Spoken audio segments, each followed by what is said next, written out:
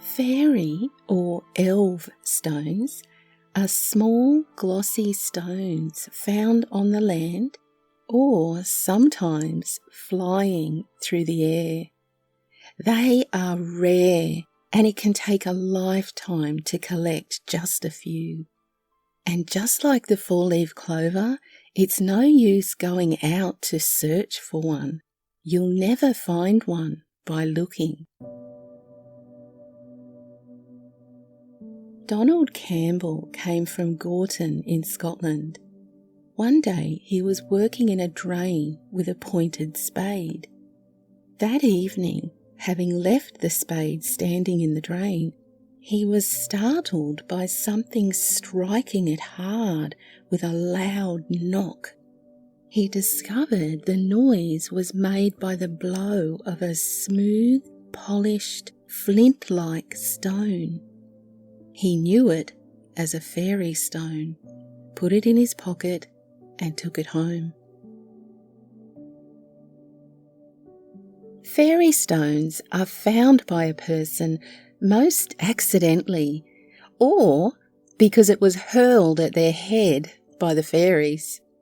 Some have even seen them fall from the skies.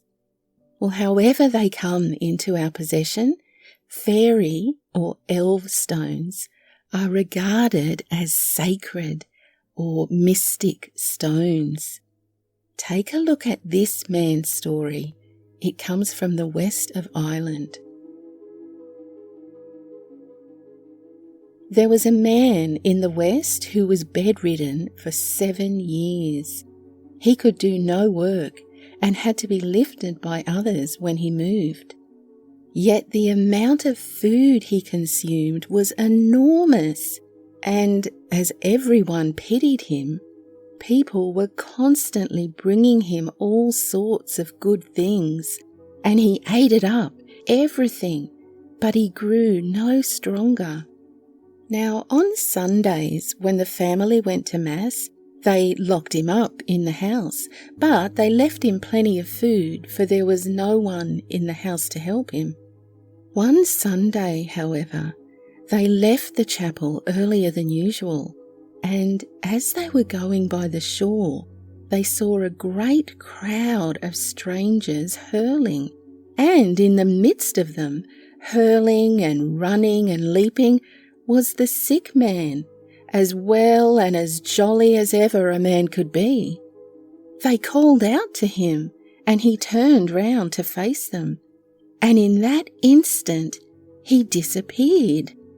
So the family hastened home.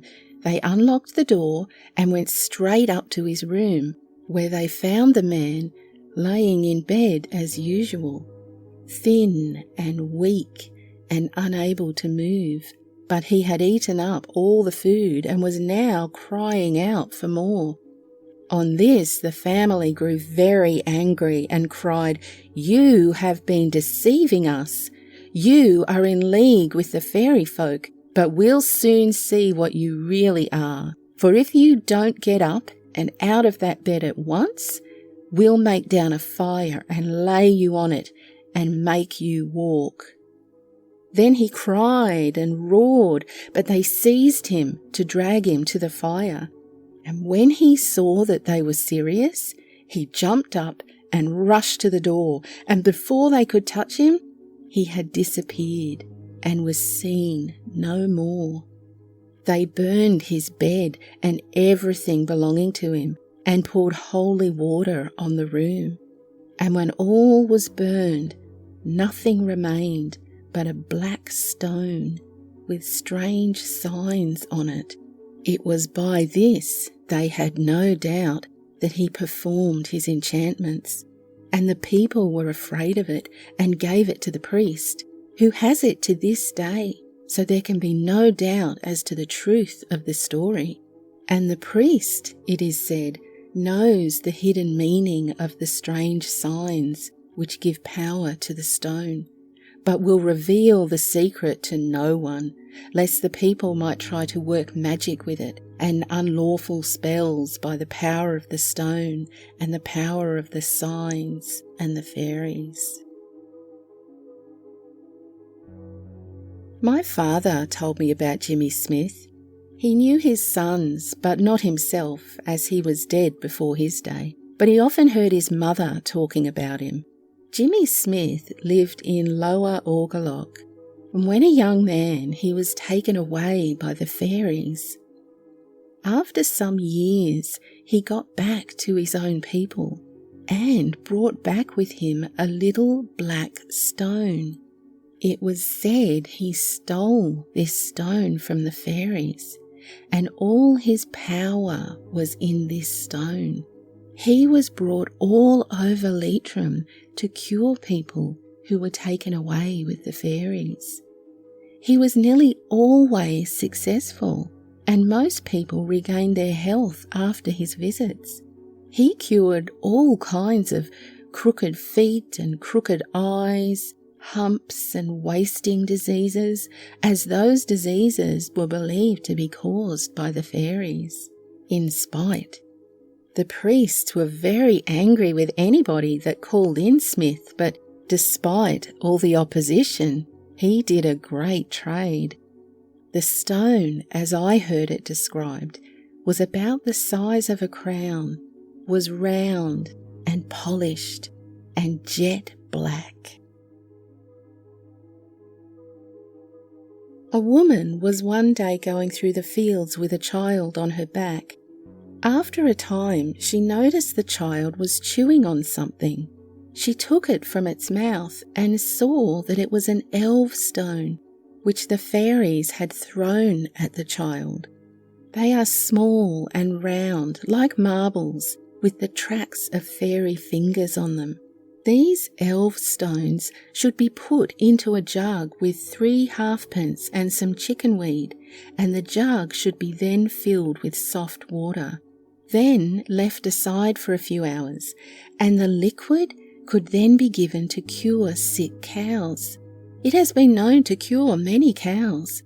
The old people say that the fairies fire these little stones at each other in the night time when they are out playing, and if they desire to steal an animal, they hit it with one of these stones. One day a man was out mowing his hay, and there was another man along with him. After some hours they sat down to take a rest, and suddenly the man heard an Elve stone buzzing by him. They searched around everywhere, but they couldn't find the stone. Suddenly, one of the men saw another stone whiz by the other man's ear, but they couldn't find that one either. In times gone by, there was a bag of these fairy stones in every house, and they were used for many things. The fairy dart stone is supposed to be thrown in anger by the fairies. If by chance it struck a person or an animal, it would get sick at once. The old people believed that if an animal or a person got sick and all cures failed, they had been hit by a fairy stone. They used to make a drink by boiling in water these stones, along with copper and silver. This drink should be given before sunrise for 3 consecutive mornings, and this will cure many ailments. Some old people in my district saw these stones falling from the sky, and they are still kept in some houses in the parish, you know, and many people truly believe in the cure. The one thing I find most interesting about these people's experiences is that, well, in none of them that I have read, do the fairies ever punish those who have picked up or even stolen a sacred stone, nor have they ever taken it back. It's curious, don't you think? Perhaps to the fairy folk, these stones are plentiful and easily replaced, which begs the question, what makes them so special, so sacred? I'd like to send a warm welcome and love to my new channel members. It brings me so much joy to see this lovely community grow. And if you'd like to become a member too, just click on the join button for special treats and early access to videos and to see your name on my videos too. Until next time, stay curious and be kind. Cheerio!